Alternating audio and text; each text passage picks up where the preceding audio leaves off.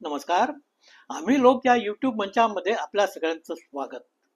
मित्रहो, भाजपाच्या उफराट्या आणि तिरकस राजकारणाचं एक नवीन मॉडेल अमरावतीच्या दर्यापूर मतदारसंघात आपल्याला आज पाहायला मिळत आहे.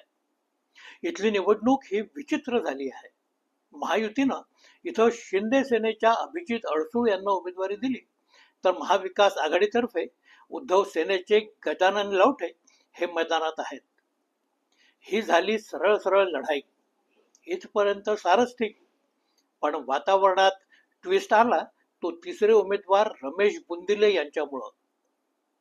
बुंदिले हे गृहस्थ यापूर्वी एकदा याच मतदारसंघातून भाजपाचे उमेदवार म्हणून निवडून आलेले होते. 2019 मध्ये काँग्रेसच्या बळवंत वानखडे यांनी त्यांचा पराभव केला आणि ते राजकारणापासून थोडेसे दूर गेले.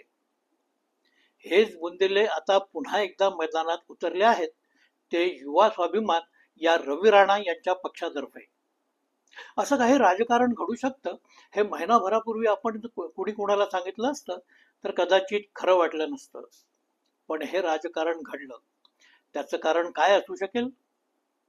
होय, आज मतदारसंघात सर्वत्र हाच प्रश्न विचारला जातो आहे. महायुती ही मुद्दलात 3 पक्षांची महायुती. भाजपानं यापूर्वी अनेक ठिकाणी अनेक पक्षांशी आघाड्या केल्या, समझौते केले. असं हे राजकारण करताना भाजपानं आपल्या सहकारी पक्षांना नेहमीच युती धर्म पाळण्याचे सल्ले दिलेले होते. राजकारणात नैतिकता वगैरे असते याकडेही भाजपानं सहकारी पक्षांचं नेहमीच लक्ष वेधलेलं. बुंदिले हे गृहस्थ मूळ भाजपाचे. आज त्यांनी भाजपाचाच एक सहकारी पक्ष युवा स्वाभिमान पक्षाची उमेदवारी गटवली आणि महायुतीच्या मूळ तत्वालाच हरताळ फासला. आता परिस्थिती अशी आहे की बुंदिले हे केवळ नावाचेच युवा स्वाभिमान पक्षाचे उमेदवार आहेत. प्रत्यक्षात सारी भाजपाच त्यांची ही निवडणूक लढवते आहे. बुंदिले यांच्या जाहिरात फलकावर जिल्हा भाजपाचे अध्यक्ष खासदार अनिल बोंडे, आमदार प्रकाश भारसाकळे यांची छायाचित्र आहेत. भाजपाच्या खालच्या फळीतले सारे कार्यकर्ते बुंदिले यांच्या प्रचारात भिडलेले आहेत. भाजपाच्या स्टार प्रचारक नवनीत राणा त्यांच्या आक्रमक भाषणांनी अडसूळ यांच्या विरोधात आज राळ उडवताना आपल्याला दिसत आहेत. नवनीत राणा यांचा लोकसभेच्या निवडणुकीत पराभव झाल्यानंतर त्यांची होणारी तगमग या निवडणुकांमध्ये ठळकपणे दिसते आहे. निवडणुकीत पराभव होणं हे खरं म्हणजे राजकारणात असणाऱ्या कुणालाही आश्चर्याचं वाटू नये. जो माणूस या क्षेत्रात असेल त्याला असे पराभव स्वीकारण्याची तयारी नेहमीच ठेवावी लागते. पण राणा दाम्पत्य हे व्यावसायिक दृष्ट्या राजकारणी दाम्पत्य नाही. त्यांच्यासाठी सत्तापद म्हणजे सबकुछ आहे. ही पदच नसली तर ते करतील तरी काय, असा प्रश्न त्यांच्या समोर नेहमीच असणारा. निवडणुकीत त्यांच्या विरुद्ध उभ्या ठाकणाऱ्या आमदारांना जणू धडा शिकवण्याचा विडा नवनीत राणा यांनी आज उचललेला आहे. त्या मानानं रवी राणा हे बऱ्यापैकी शांत आहेत. ते स्वतः निवडणूक रिंगणात असल्यानं त्यांनी सध्या तोंडाला चिकट पट्टी लावलेली दिसते. पण त्याच वेळी नवनीत राणा यांनी मात्र आपले सारे जुने हिशोब चुकते करण्यासाठी कसून प्रयत्न चालवले आहेत. सुरुवातीला त्यांनी यशोमती ठाकूर यांच्या मतदारसंघात जाऊन यशोमती यांच्यावर टीकास्त्र सोडून पाहिली. तिथं हवा तो प्रतिसाद मिळत नाही हे त्यांना दिसलं. नंतर त्यांनी अचलपूरकडे आपला मोर्चा वळवला. बच्चू कडू यांना घेरण्याचा प्रयत्न केला. पण तिथेही आपल्या वाग्बाणांचा फारसा उपयोग होत नाही हे लक्षात आलं. आता गेले सतत आठवडाभर त्यांचा मुक्काम दर्यापूर मतदारसंघात आहे. तिथं त्यांनी शिंदे सेनेचे उमेदवार अभिजित अडसूळ यांचा पराभव करणं हेच जणू आपलं मिशन मानलं आहे. त्यांचे पती युवा स्वाभिमानचे बडनेऱ्यातले उमेदवार रवी राणा यांच्या प्रचारात त्यांनी स्वतःला गुंतवून घेतलं असतं तर ते अधिक शोभूनच दिसलं असतं. पण तिथल्या प्रचारापासून मात्र त्या आश्चर्यकारकपणे दूर आहेत. कदाचित रवी राणा यांनीच त्यांना तसं करायला सांगितलेलं असावं.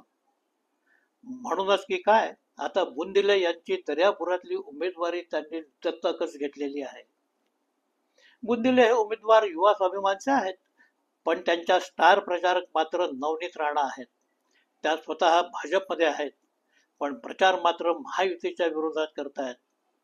हा प्रचारही त्यांचा साधा सुद्धा नाही. त्यांचा हा प्रचार थेट अडसूळ यांना भिडणारा आहे, जहाल आहे.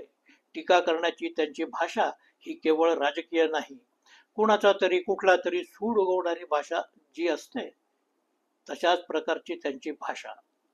सगळ्यात महत्वाचं म्हणजे राजकीय दृष्ट्या ही भाषा फसवीही आहे. बुंदिले हे युवा स्वाभिमानचे उमेदवार आहेत, पण बुंदिले आणि भाजपा हे एकच आहेत हे त्या ठासून सगळ्या सभांमध्ये सांगतायत. अशा या नवनीत राणा त्या आता नवनीत राहिलेल्या नाहीत, तर त्यांनी चंडिकेचं रूप धारण केलेलं आहे.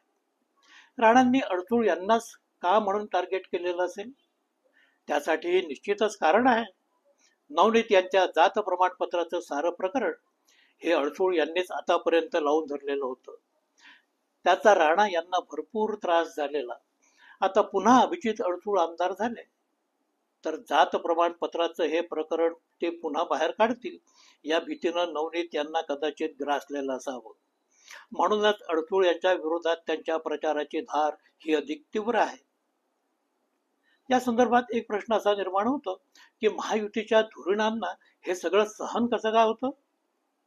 ज्या अडसूळ यांच्या विरोधात त्यांनी आकाश पातळ एक करणं सुरू केलं आहे ते हे सगळं कसं काय चालवून घेतात? याचं कारण एकच आहे की आता महायुती नावाचा पदार्थ जवळपास शिल्लक राहिलेला नाही. निवडणुकीतल्या युतीतल्या तिन्ही पक्षांना मिळून बहुमत मिळतंय असं दिसलं तरच हे तिन्ही पक्ष पुन्हा महायुतीत एकत्र येण्याची तयारी करतील. पण तसं झालं नाही तर महायुतीचं थडगं बांधायलाही कोणी कमी करणार नाहीत. हे सारं झालं नवनीत राणा यांच्या दर्यापुरातल्या सक्रियतेबद्दलचं आख्यान. आता दर्यापूर मतदारसंघातली नेमकी स्थिती काय आहे ते बघावं लागेल. अभिजित अडसूळ यांनी युतीतून ही जागा शिंदे सेनेचे उमेदवार म्हणून खेचून आणली जरूर, पण दर्यापुरात त्यांच्यासाठी कुणी गालिचे पसरून ठेवल्याची स्थिती मात्र निश्चितच नव्हती. 2014 मध्ये त्यांनी इथून एकदा निवडणूक जिंकली जरूर, पण आमदारकीच्या त्या काळात त्यांच्या वर्तणुकीचा प्रत्यय अनेकांनी घेतला. त्यामुळे लवकरच त्यांची लोकप्रियता घसरली आणि 2019 मध्ये लोकांनी त्यांना घरी बसवलं. आता यावेळी जेव्हा त्यांनी आपली निवडणूक यंत्रणा संघटित करणं सुरू केलं तेव्हा स्थानिक शिवसैनिक हे मोठ्या प्रमाणावर उद्धव सेनेकडे वळल्याचं त्यांच्या लक्षात आलं. अडसूळ यांच्या एका आमदारकीच्या अनुभवानं होरपळलेल्या स्थानिकांनी आता मुंबईचं पार्सल मुंबईला परत पाठवा ही घोषणा दर्यापुरात सुरू केलेली आहे. दुसऱ्या बाजूनं नवनीत राणा यांनी त्यांच्या विरोधात काहूर माजवलेला आहे. या स्थितीत त्यांची सारी उमेदवारी ही अजूनही जोर करताना दिसलेली नाही. सबब आज प्रचाराच्या अखेरच्या टप्प्यात ते प्रत्यक्ष लढतीत आहेत असं म्हणण्याचं धाडस कदाचित कुणीही करणार नाही. राणा यांनी ज्या बुंदिले यांना अक्षरशः राजकीय अज्ञातवासातून बाहेर काढून उमेदवार बनवलं त्या बुंदिलेंना कदाचित ते स्वतः काय करतात याचंही भान नसावं. त्यांची उमेदवारी स्वतः नवनीत राणा लढवत असल्यानं राणा जे सांगतील तसं करत राहावं एवढंच त्यांच्या हाती आहे. बाकी त्यांनी सारं काही राणा यांनाच सोपवलेलं असावं अशी त्यांची स्थिती. बुंदिले हे स्वाभिमानचे उमेदवार असल्यानं त्यांच्या प्रचारासाठी कुणीही बडे नेते येण्याची शक्यता नाही. केवळ आणि केवळ नवनीत राणा याच त्यांच्या प्रचारक. लोकसभा निवडणुकीत नवनीत राणा यांचा पराभव करणाऱ्या बळवंत वानखडे यांचा दर्यापूर हा मतदारसंघ. या मतदारसंघातून लोकसभेत नवनीत राणा पिछाडीवर होत्या हे लक्षात घेतलं तर राणा यांचा कितपत प्रभाव आज तिथल्या मतदारांवर पडत असेल याची कल्पना यावी. जेव्हा नवनीत स्वतः उमेदवार होत्या तेव्हाही त्यांना इथून मताधिक्य मिळवता आलेलं नव्हतं. आता बुंदिले यांच्यासाठी त्या मतं मागतायत. हे सारं कितपत यशस्वी होईल? या स्थितीत त्यांची बुंदिलेंची सारी मदार ही केवळ भाजपाच्या मतांवर आहे. ज्या पद्धतीनं नवनीत राणा त्यांची निवडणूक लढतायत त्यावरून भाजपानं महायुतीच्या उमेदवाराला मतदान करण्याऐवजी बुंदिले यांनाच आपला उमेदवार मानलं असण्याची शक्यता अधिक आहे. पण या बाबतीत अजून स्पष्टता मात्र नाही. या निवडणुकीत महाविकास आघाडीतून उद्धव सेनेनं गजानन लवटे यांना उमेदवारी दिली. त्यांचं काम मात्र त्यांच्या गतीनं सुरू आहे. उद्धव ठाकरे यांनी त्यांच्या प्रचारासाठी सभा घेतली. खासदार बळवंत वानखडे यांच्या नेतृत्वाखालचा काँग्रेस पक्ष आज पूर्णपणे त्यांच्या प्रचारात उतरलेला आहे. दर्यापूर, अंजनगाव या तालुक्यांचं एक वैशिष्ट्य असं की या भागात सहकार चळवळ ही अजूनही सक्रिय आहे. या सहकाराच्या माध्यमातून इथल्या मराठा समाजापर्यंत पोहोचणं हे अधिक नैसर्गिक होऊन जातं. स्वतः लवटे हे खरेदी विक्री संघ आणि सहकारी बँकेत संचालक म्हणून कार्यरत आहेत. म्हणूनच इथल्या मराठा समाजाशी त्यांचे नित्याचे संबंध आहेत. त्याशिवाय दलित आणि मुस्लिम ही मतं त्यांच्याकडे आहेतच. त्यामुळं आज घडीलाल लवटे हे आघाडीवर असण्याची शक्यता अधिक आहे. मित्रो, दर्यापूर मतदारसंघाचा हा थोडक्यात आढावा. हा व्हिडिओ इथेच संपवतोय. व्हिडिओ हा कसा वाटला ते आवर्जून सांगा, लाईक करा, शेअर करा, सबस्क्राईब जरूर करा ही विनंती. नमस्कार.